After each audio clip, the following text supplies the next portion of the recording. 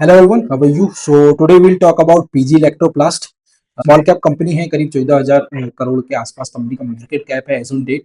Now अगर अभी company का 3 साल का चार्ट यहाँ पर देखते हैं तो कंपनी ने एक बहुत अच्छे रिटर्न्स दिए, एक मल्टीपैकर रिटर्न दिए हैं। करीब 150 रुपए से करीब का स्टॉक करीब 1000 रुपए पहुंचकर फिर अभी करीब 500 रुपए में स्टॉक जो है कंपनी का ट्रेड कर रहा है। तो what is the reason behind this fall? अगर मैथमेटिकली देखते हैं कि ईपीएस ग्रोथ के ईपीएस के कहाँ है या फिर स्टॉक ही डी रेट हुआ, तो यहाँ पर अगर पी चेंजेस देखेंगे तो 44% जो है प्राइस रिटर्न है, -44%, जिसमें से ओनली -4% ईपीएस ग्रोथ यहाँ पर दिखी है।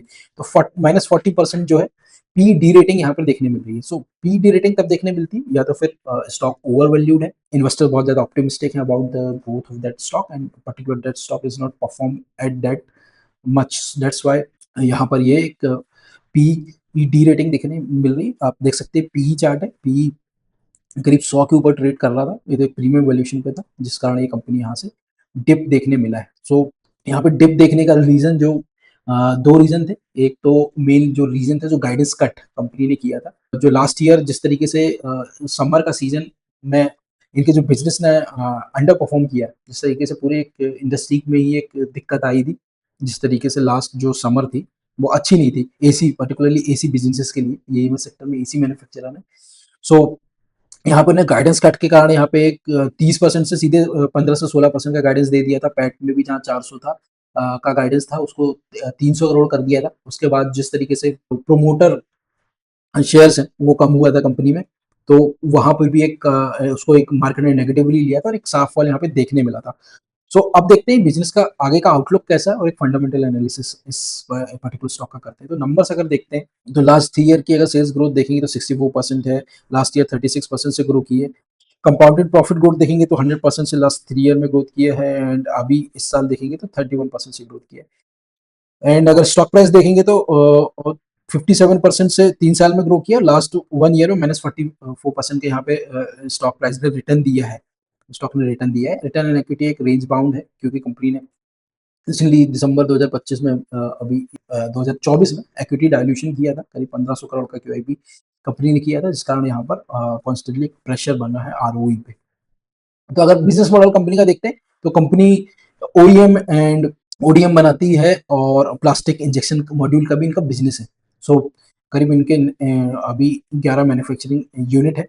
कंपनी जो है air condition, washing machine, LED television, air coolers, automotive components, bathroom fittings and consumer electronics में है। इनके अगर कस्टमर्स देखेंगे तो एटमबर्ग, एसर, एस्ट्रल, बजाज, कैरियर, है ना, Croma, Voltas, these are their customer, Lava, LG, these are their customers. ये इनको प्रोडक्ट बना के देते हैं। सेगमेंट वाइज कंपनी का देखते हैं तो करीब 58% इनका जो टोटल बिजनेस आता है वो प्रोडक्ट से 73% आता है, और जो इनके अदर बिजनेस है, जो इनका ब्लास्टिंग, मोल्डिंग और ईएमएस का जो बिजनेस है, वहां से 27% आता है। तो मेजर इनका जो पार्ट है प्रोडक्ट बिजनेस, इनका जो प्रोडक्ट ये बना के देते हैं उससे 73% आता है। अगर प्रोडक्ट में भी बाइफर्केशन देखेंगे तो रूम एसीज से इनका ज्यादा बिजनेस आता है, 58%। तो मेनली इनका जो बिजनेस आता है एसी से आ रहा है, और वॉशिंग मशीन से 12% आ रहा है, एंड 22% इनका एयर कूलर से आता है। ये 9 मंथ का ये डेटा है। यहाँ पर जो लास्ट 9 मंथ है उनका डेटा है। यहाँ पर अगर ग्रोथ देखेंगे तो 27% की है, और लास्ट क्वार्टर जो ग्रोथ, ये इस क्वार्टर जो ग्रोथ आई है वो करीब 80% की आई है रूम एसीज में, एंड 46% यहाँ पे वॉशिंग मशीन में ग्रोथ देखने मिली है। इनका अगर ईएमएस सेक्टर का इनका अगर बिजनेस देखते हैं तो वो ऑलमोस्ट ऑलमोस्ट फ्लैट रहा है इधर पर।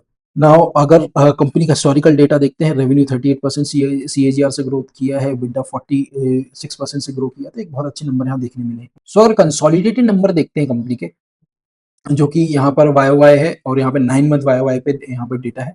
सो अगर सेल्स नंबर देखेंगे तो 40 अराउंड 46% की यहाँ पे ग्रोथ देखने मिली है, तो इन्हें इंडस्ट्री को आउटपरफॉर्म किया है। एक तरीके से इंडस्ट्री, ये manufacturing specially in the AC segment देखेंगे तो एक मॉडरेटली कंसंट्रेटेड है। ओनली 3-4 प्लेयर्स यहाँ पर हैं। एम्बर हो गया, ईपेक हो गया। Amber is the market leader in this particular segment, and PG Electroplast, तो तीन ही प्लेयर हैं, उन दोनों को यहाँ पे आउटपरफॉर्म किया है ग्रोथ में। लेकिन यहाँ पर क्वालिटी ऑफ ग्रोथ यहाँ पे देखने नहीं मिली, क्योंकि इनका जो क्रॉस मार्जिन है, जो पहले लास्ट ईयर सेम क्वार्टर में 21% था, 21.5% था, तो अभी 18% पे आ गया है। -330 बेसिस पॉइंट यहाँ पे देखने मिला है, डिप देखने मिला है ग्रॉस मार्जिन में। तो इसका रीजन यहाँ पे दो रीजन है। पहला तो इन्हें जो अकाउंटिंग चेंजेस किए हैं, अभी इन्हें सैप में इन्हें चेंजेस किए हैं, जिस कारण जो अदर एक्सपेंसेस थे वो भी ये अपने कॉस्ट ऑफ रॉ मटेरियल में दिखा रहा है, जिस कारण यहाँ पे एक डिप देखने मिल रहा है। एंड सेकंड रीजन जो है, क्योंकि जो बी रेटिंग चेंज हो रही है, जो 1 जनवरी 2026 से चेंज हुई है, उस कारण जो इन्हें प्रोडक्ट कुछ इन्हें अपने चाहे इन्वेंट्री में इन्हें निकाला है, डिस्काउंट पे अपने प्रोडक्ट इन्हें दिए हैं, उस कारण इनको यहाँ पे ग्रॉस मार्जिन में हिट देखने मिला है। देन अगर इबिडा मार्जिन देखेंगे तो इबिडा मार्जिन में भी एक डिप है, 9.5 हुआ करता था, अभी 8.9 है।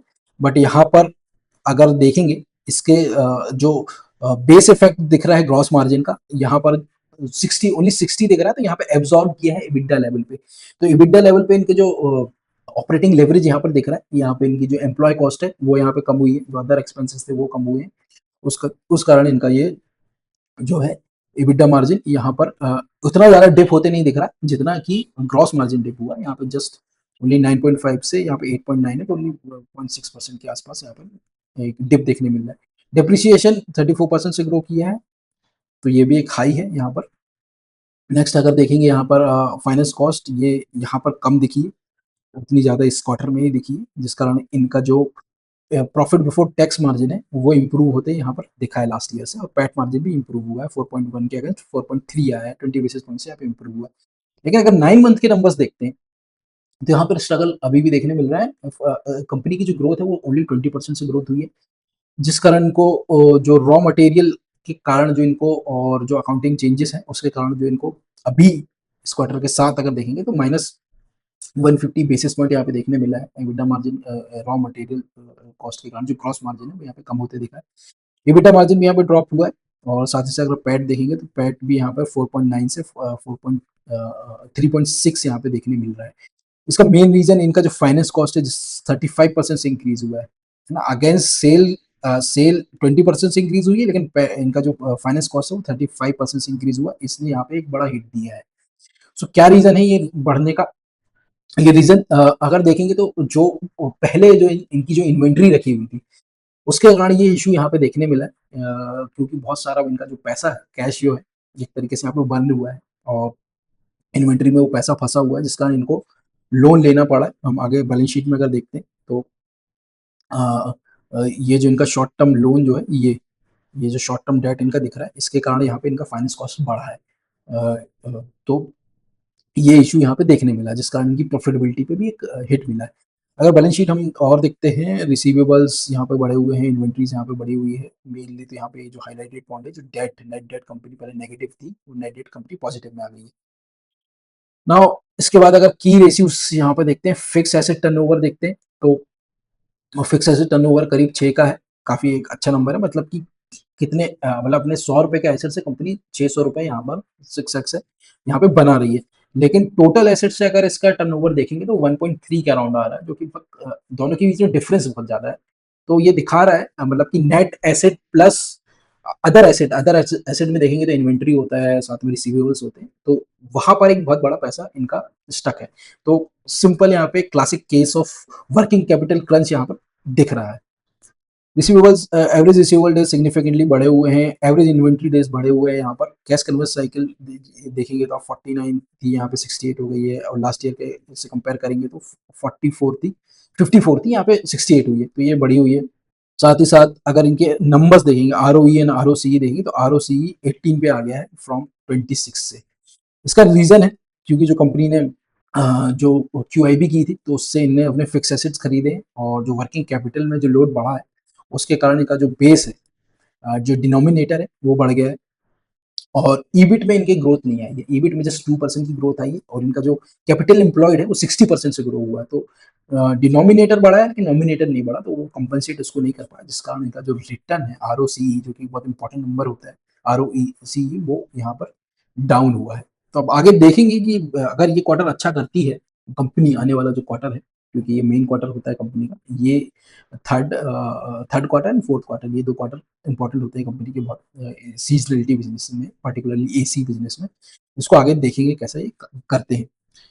नेक्स्ट अगर हम देखते हैं इनका जो एक्सपांशन इन्होंने किए हैं यहाँ पर, रूम AC एयर कंडीशनर के यहाँ पे इन्होंने 2 यहाँ पे किए हैं, और एक इनका जो है कंप्रेसर का इनका वो भी एक्सपांशन है इसमें से। सन सिटी मैंने रेफ्रिजरेटर के किए हैं, वॉशिंग मशीन का ये न्यू प्रोजेक्ट अंडर हुए है राजस्थान में ये अपनी न्यू फैसिलिटी खोल रहा है।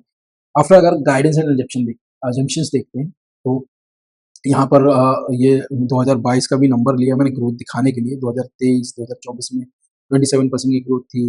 2025 में 77% की ग्रोथ यहाँ पे दिखी थी। एंड अभी यहाँ पर जो है 18% की यहाँ पर जो कंपनी ने गाइड किया है, 18 से 20% का ग्रोथ यहाँ पर ये लेके आएंगे। पहले तो 30% का ग्रोथ जो कि कट डाउन किया है, 18% रह गई है। तो ये नंबर में आप देखेंगे तो एक तरीके से बहुत ज़्यादा फ्लक्चुएशन दिखता है, क्योंकि सीजनल बहुत ज़्यादा बिजनेस जो है सीजनल डिपेंडेंट बिजनेस है कि अगर जैसा सीजन होगा एसी का, अगर वेदर हॉट नहीं होता जो कि लास्ट ईयर नहीं था, उस कारण उनको हिट लेना पड़ा। तो actually B to B business है, प्राइसिंग पावर भी नहीं होता। जो कॉन्ट्रैक्ट होते हैं इनके ब्रांड के साथ, ये ब्रांड के पास होता है कि इनको लेना है कि नहीं, कभी भी कैंसिल कर सकते हैं। तो जो भी इन्वेंट्री है, रॉ मटेरियल है, उसका खर्च भी इनको ही बेयर करना पड़ता है। लेकिन यहाँ पे इस बिजनेस में स्ट्रक्चरल टेल विंड दिख रही है। टेल विंड जैसे कि जो कॉन्ट्रैक्ट मैन्युफैक्चरिंग है वो बढ़ रहा है। पहले से कंपनी के मैनेजमेंट का कहना है कि ब्रांड एक अपना खुद का नहीं बनाना चाहते ये, जो कि पीएलआई से भी इनको अभी हाँ, एक बेनिफिट मिल रहा है। अगर वो भी चला जाएगा उसके बाद भी, तो ब्रांड जितना ज़्यादा है अब आउटसोर्सिंग की तरफ और ज़्यादा जा रहे हैं। तो इस पर्टिकुलर सेगमेंट में टेलविंड तो है, लेकिन रिस्क बहुत ज़्यादा इन्वॉल्व है इस पर्टिकुलर दिस टाइप के बिजनेस में। अगर एक भी 2 सीज़न खराब होते हैं तो कंपनी की पूरी बैलेंस शीट एक तरीके से बिगड़ जाती है। बहुत एक रिस्की बिजनेस बन जाता है ये। तो इसको कंटिन्यूअसली मॉनिटर करना और एक लॉन्ग टर्म के लिए इन्वेस्ट करना इसमें इस टाइप के बिजनेस में ज़रूरी है। सो अगर जो गाइडेंस अगर मैं यहाँ पे 18% का होता है, तो यहाँ पे 305 करोड़ का जो कंपनी ने पैट का गाइडेंस की, उससे अगर पी देखेंगे तो 48x होता है एंड 25x इनका ईबी टू EBITDA बनता है। बहुत रिच वैल्यूएशन है ये भी पर्टिकुलर बिजनेस के लिए। FY 27 का अगर देखते हैं तो यहाँ पर 25% की जो ग्रोथ कंपनी गाइड करती है 25 से 30, लेकिन मैंने यहाँ पर 25% ली है थोड़ा सा देखेंगे तो। और 410 का इनका अगर पैट बनता है तो 36 का इनका पीई बनता है और 18 का इनका ईबी टू EBITDA बनता है। तो एक रिच वैल्यूएशन अभी तब भी रहेगा। तो रिस्क रिवॉर्ड रेशियो यहाँ पे कम दिख रहा है बिजनेस में।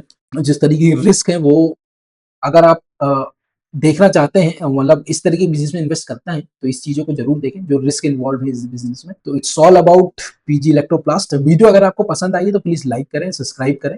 इस तरीके का मैं कंटेंट लाता रहता हूँ। और अगर चाहते हैं कि मैं किसी कंपनी को एनालाइज करूँ तो कमेंट में उसका नाम लिखें, तो I try to cover that company. Thank you so much.